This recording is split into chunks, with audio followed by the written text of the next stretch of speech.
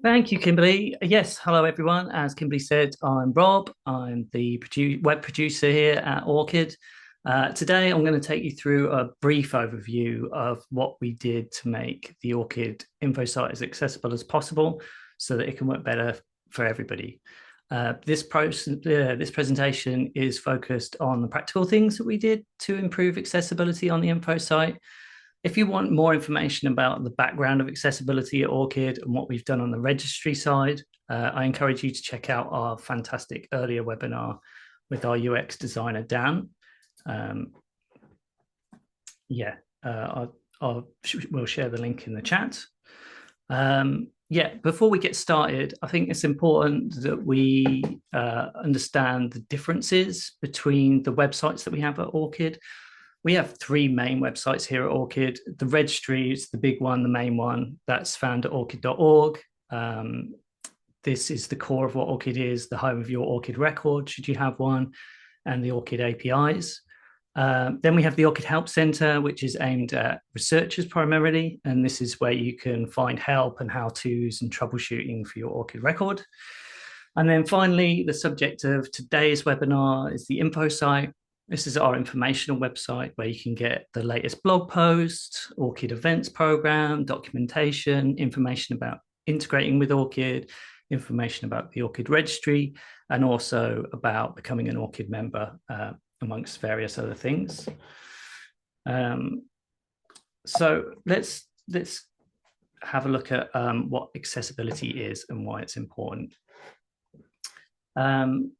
Yeah, before we dive too deeply into the changes we made on the info site, what is web accessibility?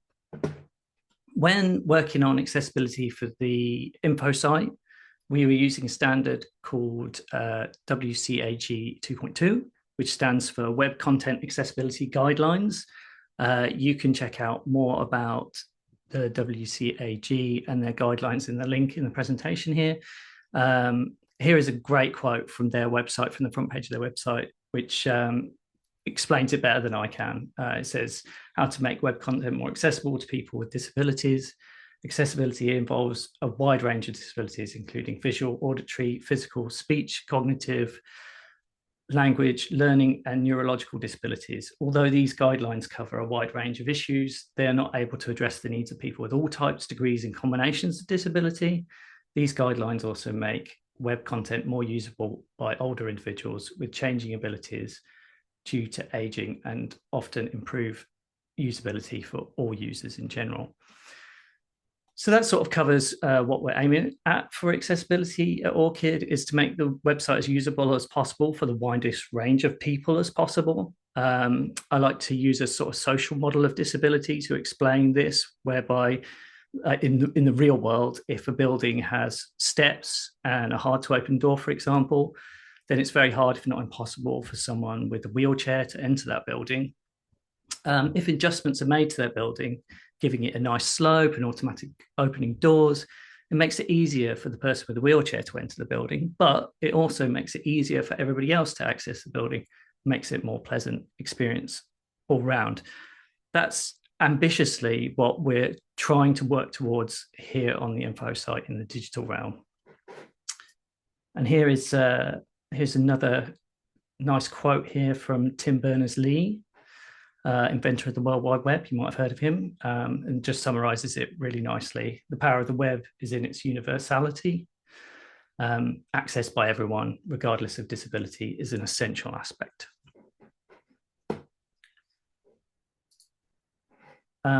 Accessibility is a core part of ORCID's vision. As it says here, a world where our mission statement is a world where all who participate in research, scholarship, and innovation are uniquely identified and connected to their contributions across disciplines, borders, and time. One of ORCID's values is inclusivity, and we strive to ensure that every member of the ORCID community feels welcome, respected, and treated with dignity. So this is exactly what we're trying to do, is try and make sure that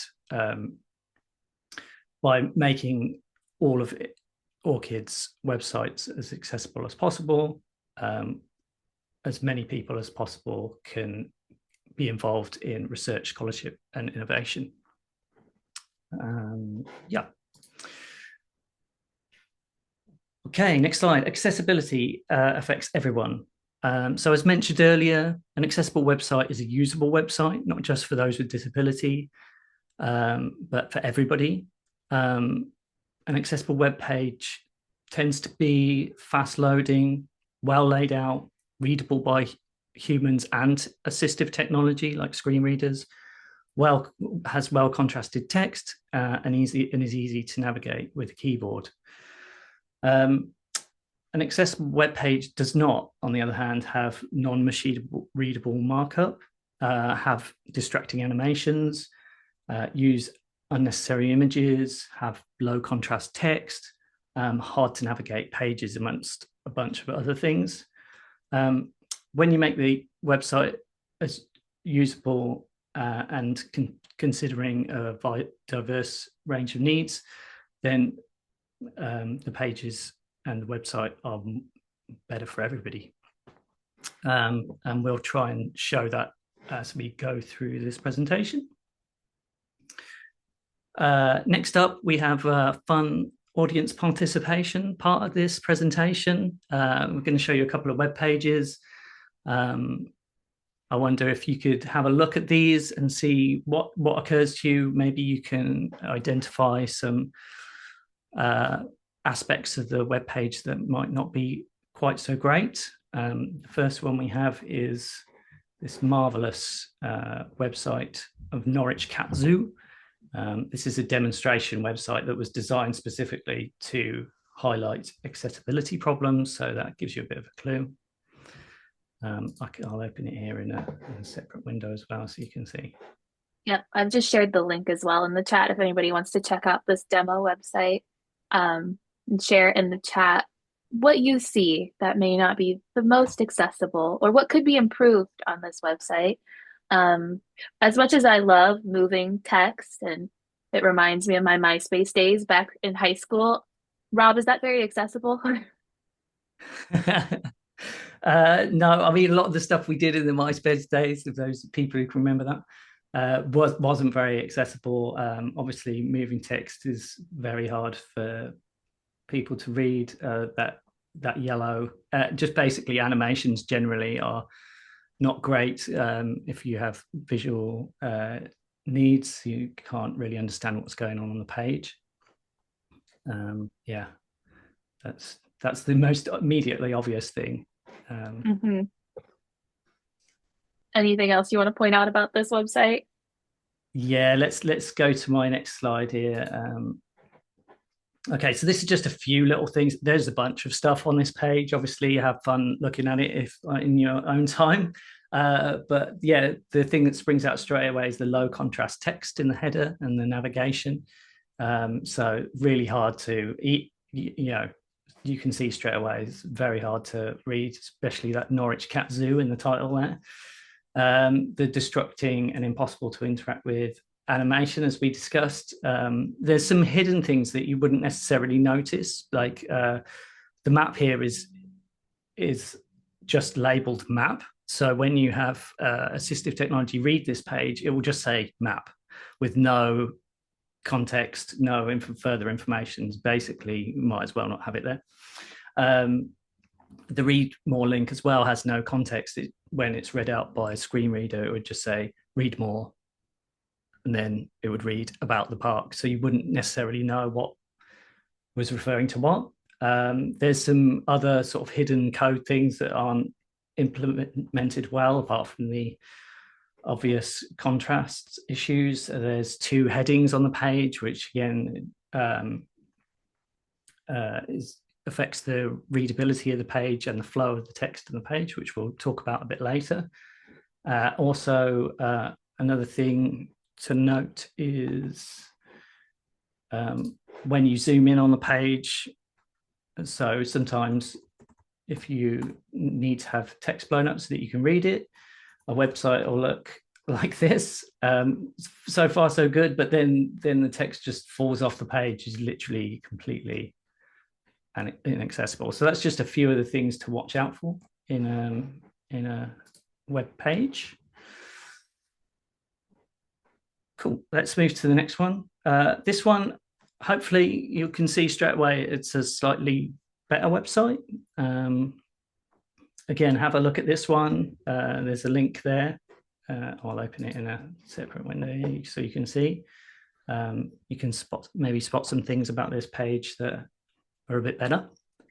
I think what strikes me looking at this page is I don't feel overwhelmed. I feel calm, whereas the other cat page kind of made me go, whoa, where's this? And I'm like, okay, let me see what I can learn on this page. Yeah, exactly. I think that sort of ties into our sort of overall thing about this webinar is that, yeah, exactly. The cat page, although animations are fun, is a bit overwhelming. And when a page is accessible, it tends to be clearer and easier to read, and yeah, less of an insult on the senses. And it's easier for you to understand what the page is saying. So it helps your, mission when you're building a website is to get information across to as much people as possible. So why wouldn't you make it as clear and easy to read as possible? Yeah. So should we move on to what I spotted on this page? Yes, that'd be helpful. Yeah, let's have a look. Okay, so yeah, as Kimberly mentioned, it's well contrasting text throughout. It's a great color contrast between the text here. It's a thing you may not have noticed, but it's easily navigable with a keyboard. You can jump between the links and action all of the links using only a keyboard. Let's have a look at. Let's see if it zooms correctly. Yeah, so if you zoom it up to like 500%, it still like sits really nicely on the page. Look at that. Everything is easy to read and scales properly. So that's just a few of the things that to look out for that could be done better, perhaps, on a website. Yeah. So that's the audience participation bit over. Let's move on. Let's look at the ORCID info site and see. Let's see. We'll go through just a few highlights of the things that we had to do to make our website a bit more accessible. First up, focusing on flow, color, images, and hierarchy. Let's take this like ORCID community page. For example, this is what it was like before. We had this tabbed block, which was a great way of condensing information, which was quite practical, but it's very hard to navigate if you use a keyboard or assistive technology. It wasn't marked up correctly. As we'll go into in a bit later, we used a third-party plugin for this, and it didn't have the correct accessible features. So when you're trying to get to each tabbed header, you couldn't do it with a keyboard. And it's not easy to see at a glance what is going on at this page and what the information is. So this is an example of how we approach this sort of problem, is just broke out all of that information into core WordPress functionality. So we used core Gutenberg blocks because the WordPress core tends to be very accessible. It tends to be better to steer away from the third-party plugins as much as possible and use Gutenberg where possible. This is fully navigable with the keyboard. You can easily go down the page. It's easy to look at, and it's easy to understand everything that's on the page and get an overview. So it's actually resulted in a cleaner experience here for everybody. Next up, as I sort of alluded to earlier about the flow of a page, text hierarchy is an important thing, a thing we had to think about a bit deeper. Here's like a sort of exaggerated example of what not to do with markup on a page. So here you can see the HTML tags. and then the associated styles that would go along with those HTML tags in the code of the page. And this one, on the left, you can see your eye straight away goes to the descriptive text and then the subtitle. This is because like the wrong tags have been used and the wrong flow of the down the page, which is confusing for everybody using that page.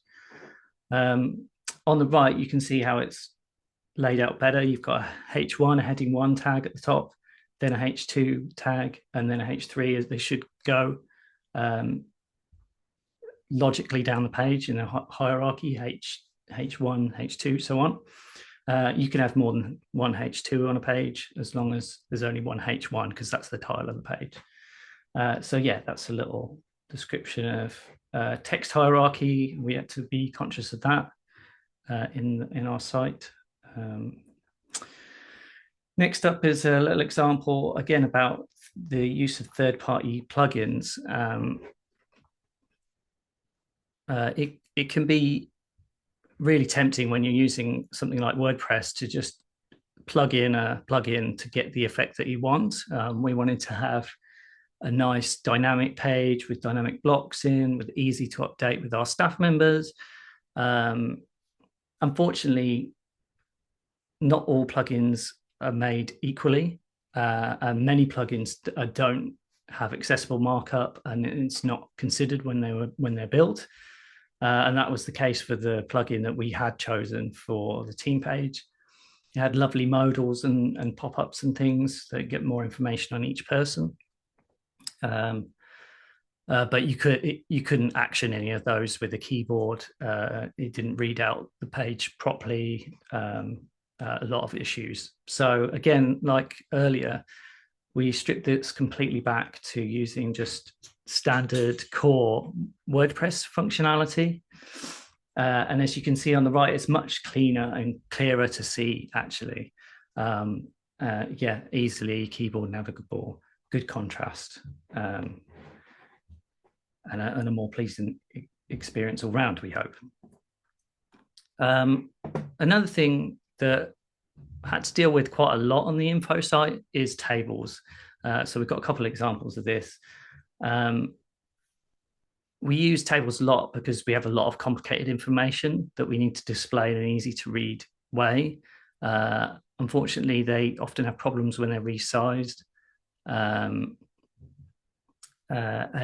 they're sometimes not marked up properly. So again, the tendency when you're using an easy to use thing like WordPress, you just put a table in to split up information, and you don't necessarily think about how it's marked up. And so here's an example of where we've done that. We just used a table to present information, and it didn't have a header tag or proper cell tags. It was just a way of presenting information. So we solved this one by just removing the table and just presenting it in a simple bulleted list. Less pretty perhaps, but infinitely more accessible and readable. Another one that causes quite a lot of problems, we have a long table on the info site that it explains membership benefits. We call it the membership benefits table. It's epically long, and previously, which is quite common practice on many websites, to compare and contrast different products. Unfortunately, if you don't use a header label and just break it up visually, as you can see on the left here, when you read it with accessibility technologies like screen readers, all the information just runs one into the next with no clear definition between them. So as you can see on the left here, we just used this green color to divide these two subject headings. And this wasn't labeled up as a table header. It was just another cell. So to deal with this, just broke up each of the separate sections of this long list of benefits into separate tables with separate headers and a nice little title. for each one. This had the happy benefit of making a long and complicated table much easier to read. And yeah.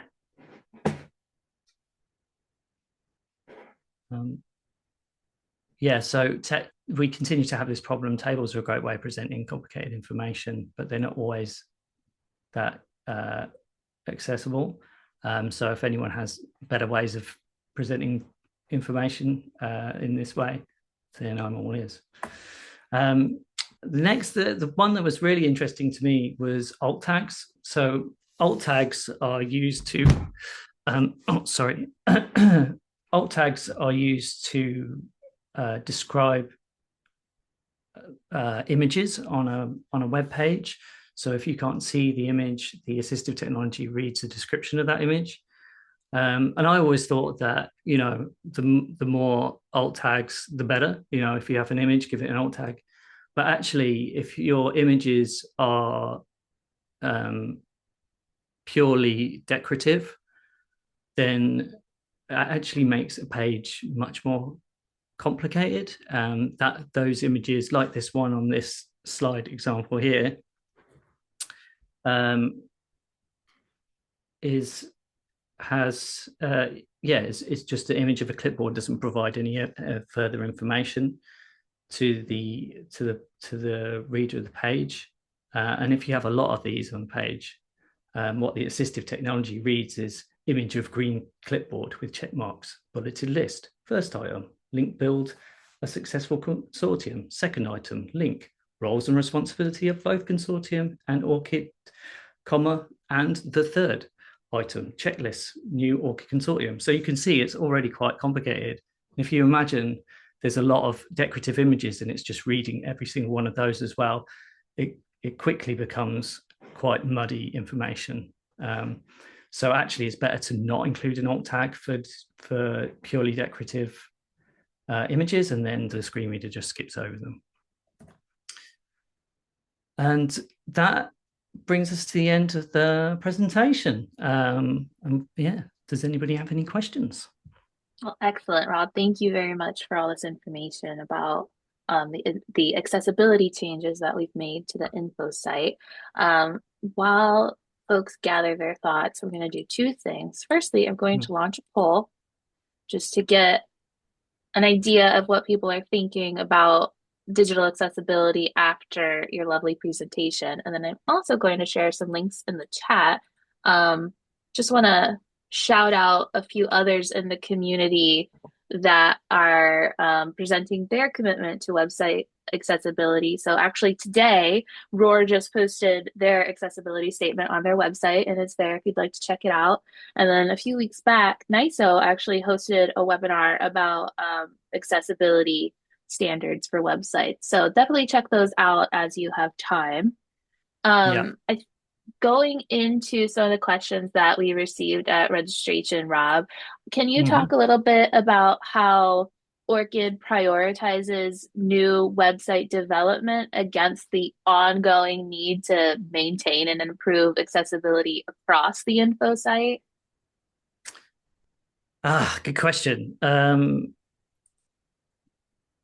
So as part of we had the Digital Accessibility Centre audit our website. So that was the sort of starting point for all of these fixes. And we tried to fix problems that were there in the audit, not only on that page, but across everywhere that they appeared on the website.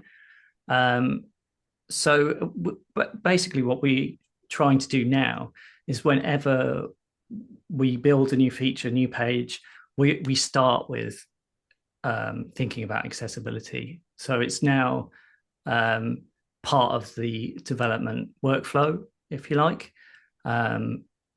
So we're building accessibly consciously from the start, hopefully, so we don't have to retrospectively fix accessibility issues as we go along. So all of these things that I mentioned here and many, many more things we think about as soon as we are creating a page, like how to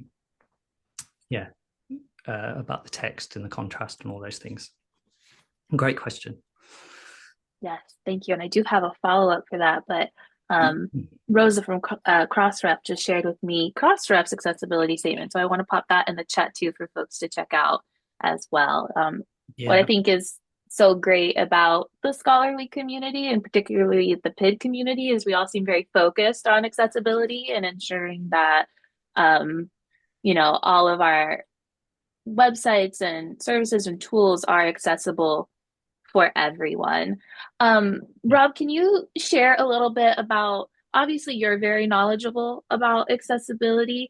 Um, do you have anybody else that you work with to learn? Like looking at the ORCID website all the time, maybe it's probably easy to miss things or not know that something isn't as accessible as it could be. Have you worked with anyone internally or externally to help audit the site and assess what needs to be changed? Yeah, so as I previously mentioned, it is quite hard to spot accessibility errors on the website. And, I'm not like a trained accessibility expert. So we got some trained accessibility experts to look at the web page. They're from the Digital Accessibility Center. And they ran an audit on it. Again, in a previous webinar that we did, Dan spoke quite at length about how they work. So that was really helpful because they have a wide variety of people with a wide variety of accessibility needs auditing the website. So it's really helpful because we don't have a lot of those represented internally. So it's really good to have a third party look at it and show us things that we may not have noticed. And also internally, because the registry team had already gone through this accessibility audit, they've been a great resource for me working on the info site because they already had an awareness of how these things worked and how to fix them. And yeah, so those are the two core things that we use. Also, there's automated tools. We use a couple of plugins, the Wave plugin and the Axe plugin. But use both of those. Are really helpful for doing a quick automated test of any page that you build. It flags all of the technical problems that you would have on your webpage. So I noticed the raw. I didn't get to look fully at raw, but it looks really great. The raw statement they made, and they'd made use of the Wave plugin, so you can see that on their site how they used it. Yeah. Great, thank you. And someone is actually asking about what tools and extensions that we've used to test website accessibility. And they're noting that they used evinced. Is that one you've heard of, Rob? You might No, have to I've look not heard into of it. that. Yeah, I'll definitely look that up. Great. That's what's great about talking about accessibility and having like all of these organizations. You just get exposed to so much more useful information about how other people are doing this. Do you have any way, or does DAC help when it comes to testing the readability for screen readers? Yeah, so they have people who use screen readers as in a day-to-day basis. So that's a really helpful resource for us because yeah, obviously, well, not obviously, but we don't do that. Well, I don't, but also I tend to test. I have used the Mac built-in accessibility features, which are really helpful. The built-in screen readers, so often use those to test how readable a page is. It's often quite eye-opening if you've never done that before. I highly recommend. There are a couple of free screen readers for Windows, I believe. I can't think of the names off the top of my head, and a couple of paid for ones. But if you can get one installed and just have a go and have, or on your phone, both Androids and iPhones have voiceover or read the page, and it's quite an interesting experience. So I highly recommend trying it out. Yeah. Very interesting. And when you had talked about alt tags earlier, I remember a few years back when I had first learned about alt tags, it seemed like, well, yeah, put one on everything so everybody knows what this image is, even if it is purely decorative. So I think sometimes uh you can go into of like a hyper mode where you're overdoing things and overcomplicating things when you're trying to be helpful. So it's good to know that with alt tags, include the information that is most pertinent, that needs to Yeah. be actually read by somebody who cannot see it. Yeah, yeah, absolutely. It seems like such a simple thing. And when I mentioned, I put it in the thing because for me, it was a bit of my mind was blown because I was like, oh, what? I've been doing it wrong. Because, yeah, exactly. You want to describe as much information as possible, but actually, it's can be unhelpful. And I think there's still quite a lot of don't always get alt tags right. Sometimes you put too much information in, or like you have stuff like infographics that are really tempting to use, but unless you've presented that information in a different way elsewhere on the page, then it's completely crazy to try and describe all of the information on an infographic in an alt tag. You get paragraphs and paragraphs. It just makes it's better than not having that information for sure, but it's always a playoff. You just have to think about what the thing you're achieving ahead of time. Yeah. It's definitely a balance, an exercise in editing. Yeah. I know ORCID, and you in particular, we've done so much work to ensure that our sites are accessible for everyone. And we've worked a lot with DAC to ensure that, we're able to make our sites as accessible as possible.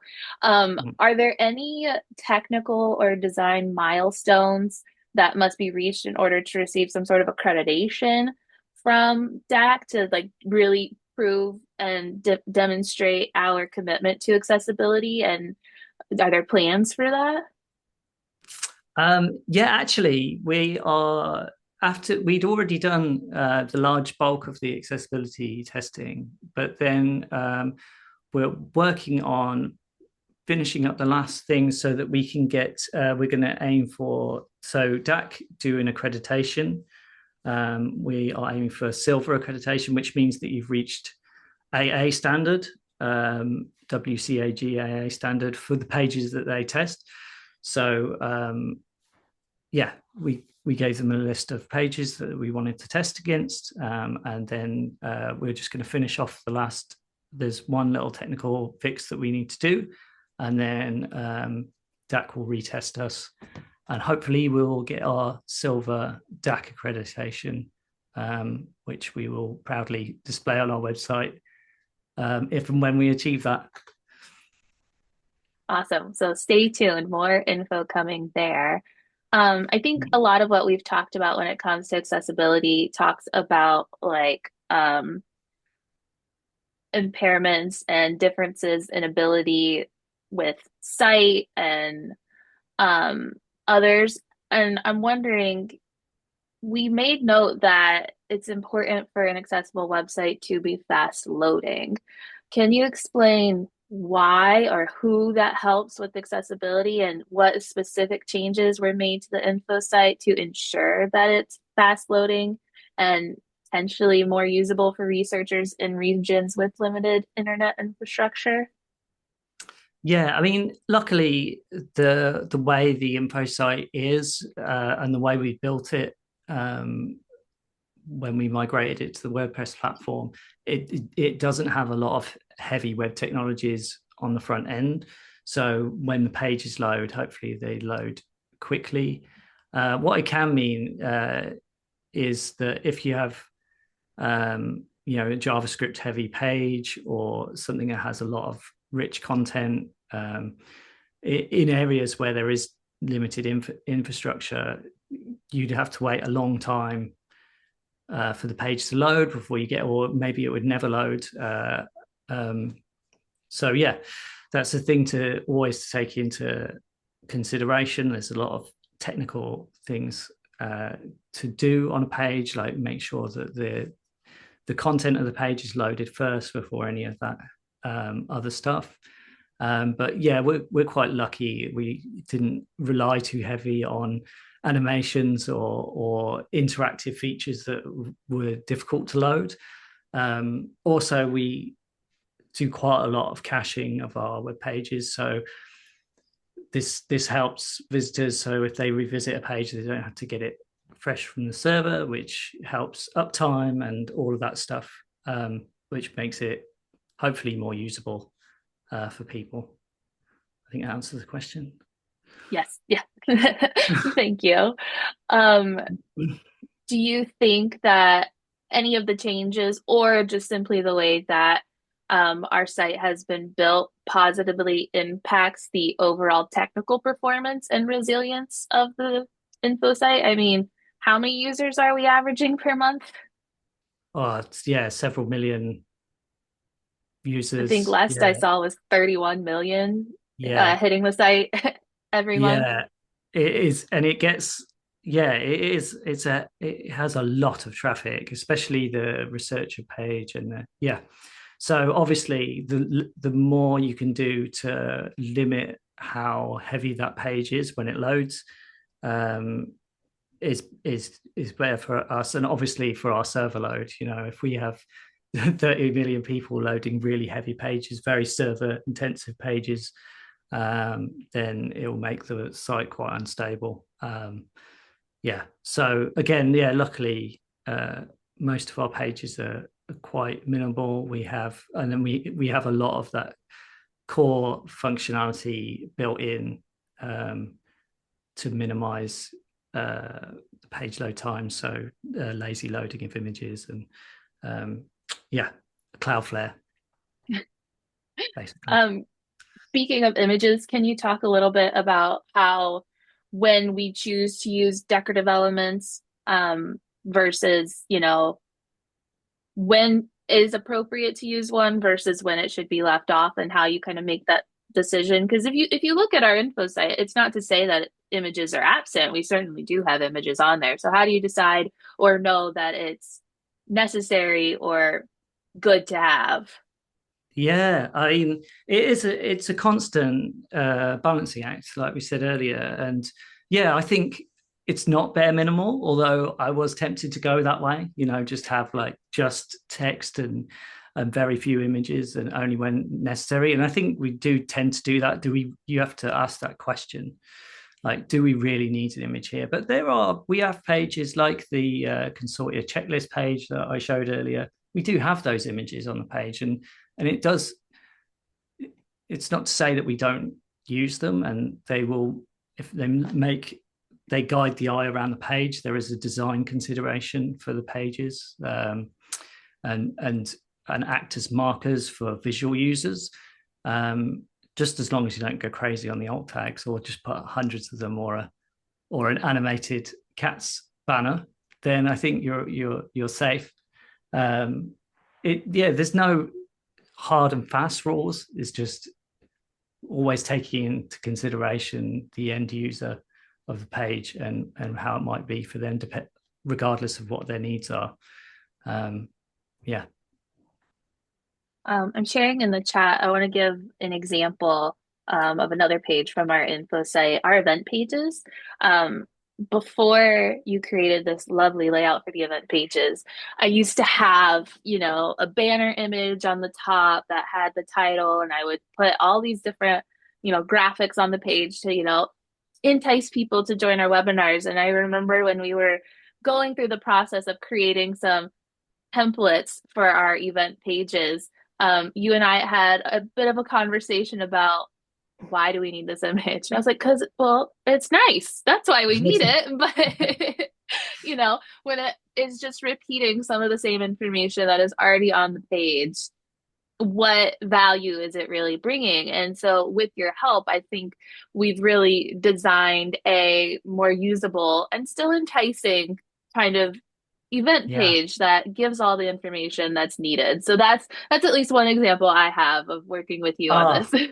that's great. Thanks for bringing that up. I've forgotten because the process has been quite a long process, and it's touched nearly every page on the info site. And there's stuff that it doesn't come immediately to mind that I changed. There isn't really a page that I hadn't looked at and reworked, especially pages with, tables or accordions or another thing that we had to look into with drop downs. Again, for keyboard accessibility, had old plugins that didn't have keyboard accessibility built in. So we had to rip all of those out, hunt them all down, and restyle them so that they could be accessible. And I remember doing these templates, and we had a really nice, we had like a duotone image behind that header. I seem to remember, of some people in office or something. Hmm. And although that wasn't terrible, we could have left it in there. It's just it looks okay without, and that just added extra load time to the page, and it was something else that was adding clutter, and it didn't actually add anything. So it's always a thinking about these things. You could have them in, and there wouldn't be anything wrong with having that image there. We didn't have an alt tag in it, and it was hidden behind the thing. But we made the decision to go as minimal as possible while not making it looking, just like a blank Word document or something. And these, you can use like colors and stuff. So I think we differentiate, don't we, each of the events by subjects with the different colors and things. So thanks for bringing It that was up. I'd forgotten about it that. was definitely a great exercise for me in considering some things that I don't typically think about. You've mentioned keyboard only navigation, and I have to admit that as a girly who is always using her mouse, I'm not really sure what that means. So, what do you mean by keyboard only navigation, and how does that impact the way you built sites? You've mentioned accordions. Are accordions not openable by keyboard? They are, well, they are if they are labeled up correctly so that they do open. I'm just trying to find a page. Uh, I think we have new. I'm trying to think of a page that we have where we have a bunch of accordions.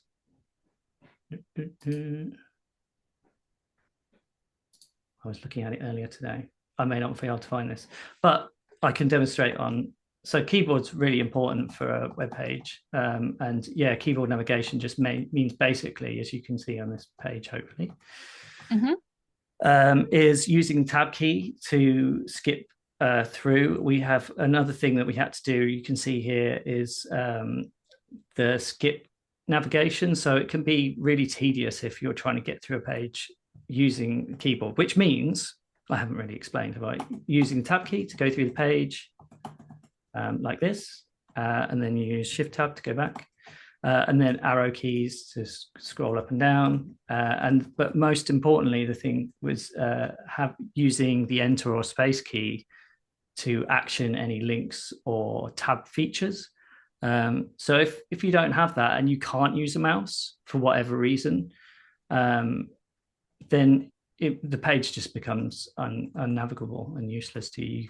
You can't access the information. So we did a bunch of work on this menu actually, so that, for example, each of these things were links. The headers were links. So when you try to action it with the enter key, it would just go to that page rather uselessly, and then you'd be stuck on a different page. Another thing I wouldn't have noticed unless someone had pointed it out to me. So spent a bit of work trying to work with this is a third-party plugin. We had to go back and forth with although they had done really well to build in accessibility features, but we needed to work with them to work out how to do it properly. So that is an example of keyboard navigation. So you can go through and it will skip through all the links. Interesting. So someone could use their keyboard simply to access this event page and get to the registration page for it. Yeah, and then they can hit on enter, and then they can go and register, and that's, we hope that's what you can do with every single page. Any page that you need to action something, you should be able to do it with a keyboard. Yeah, but there's always work to be done. There's always stuff that you don't see or that you haven't realized, when you weren't thinking with that accessibility hat on. I Yeah, I will try and find the accordions. If there's more questions, so I like, well, you. Sure. Well, speaking of there always being, there's always something out there that we're going to need to fix. Can you talk a bit about how internally ORCID works to collaborate to one, identify errors, two, and then to two, correct them? Yeah. So we have like things getting flagged by users. So they come in through Zendesk. If we have any complaints via that way, we do have a few, and they will get, depending on the websites that they're featured on, they will get filtered to whatever team that looks after that particular site. But we have like integrated tasks now, so we can see what everyone's worked on, and they're all labeled with the A11Y tag, which is like the shorthand for accessibility. So you can keep track of those, and it's always good. We communicate across teams, particularly between me and the product team and the tech team. So the tech team who do the fixes, and our designer Dan, as I mentioned earlier, who designs in with accessibility in mind. So they will raise things that way, and because we're all in the loop, we'll notice things that are shared across the site. So, for example, the ORCID homepage is something that is shared between us, so we communicate on how the navigation's working there. That's a fix that we're working on at the moment. So yes, communicating through our workload, basically. And if users notice an issue on the site or want to share some feedback on something, they go through the support page on the info site to do so? Yeah, absolutely. Please reach out to us. We're always happy. We might not get to it straight away. If it's on the info site, we're a little bit more agile because we have less backlog than